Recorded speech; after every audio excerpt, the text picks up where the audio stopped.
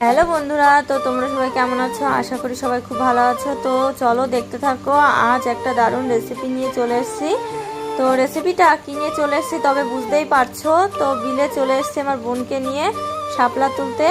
তো শাপলা তুলতে নেমে গেল আমার বোন। দারুণ হয়েছে, অনেক শাপলা হয়েছে বিলে। ওই যে ওখানে অনেক শাপলা ফুল ফুটে আছে।